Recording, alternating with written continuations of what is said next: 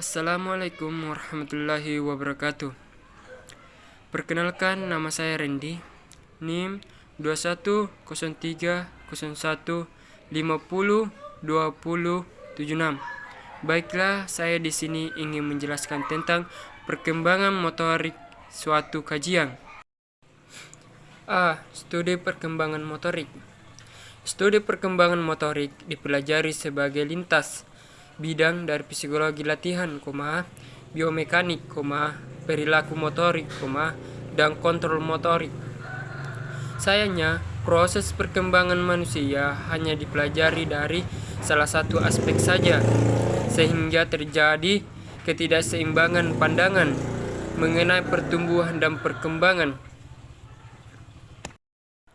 Studi perkembangan motorik adalah deskripsi dan penjelasan tentang perubahan perilaku motorik sepanjang hidup manusia, yaitu perubahan perilaku gerakan setiap kelompok usia berdasarkan identifikasi sifat perkembangannya dari sudut pandangan biologis perkembangan sel yang membentuk orang-orang tumbuh manusia.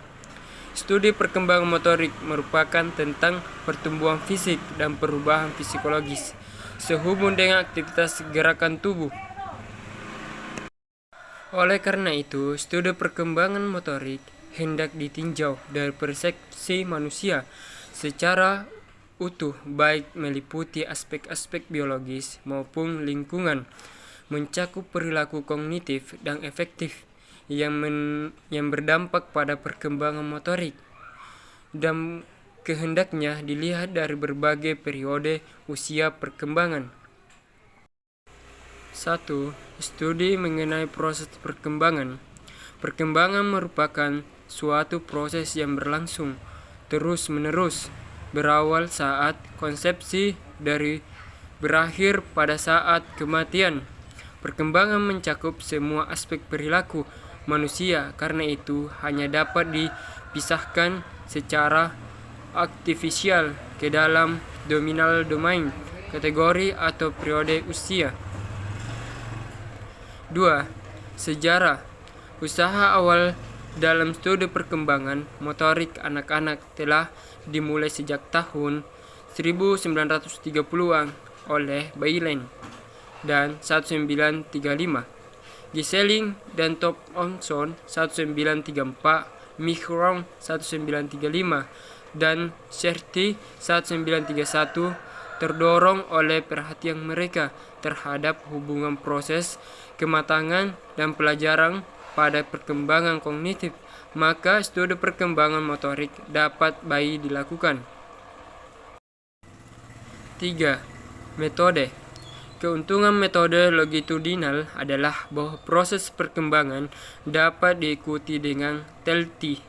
Namun, kerugiannya adalah penelitian sangat tergantung pada orang yang diselidiki dalam jangka waktu yang cukup lama. Hal ini seringkali menimbulkan kesulitan seperti tingkat drop, tingkat yang disebabkan oleh orang yang diteliti pindah sakit atau meninggal dunia. B. Klasifikasi usia perkembangan. Klasifikasi tahap perkembangan dapat dilakukan dalam berbagai cara. Metode yang paling populer namun cukup akurat adalah klasifikasi berdasarkan usia kronologis. Usia kronologis merupakan usia seseorang dalam bulan dan 1 tahun. Mungkin merupakan teknik yang paling populer karena menggunakan yang universal dan secara konstan mewakili bagi semua orang. Usia morfologis adalah suatu perbandingan yang dicapai seorang tinggi dan berat badan dengan standar normatif. Ukuran normatif telah ditentukan oleh Edsall pada 1928 melalui pemetaan secara mendalam terhadap tinggi dan berat badan ribuan individu. Itulah yang saya dapat sampaikan. Lebih dan kurangnya mohon dimaafkan. Wabillahi taufiq wal hidayah. Assalamualaikum warahmatullahi wabarakatuh.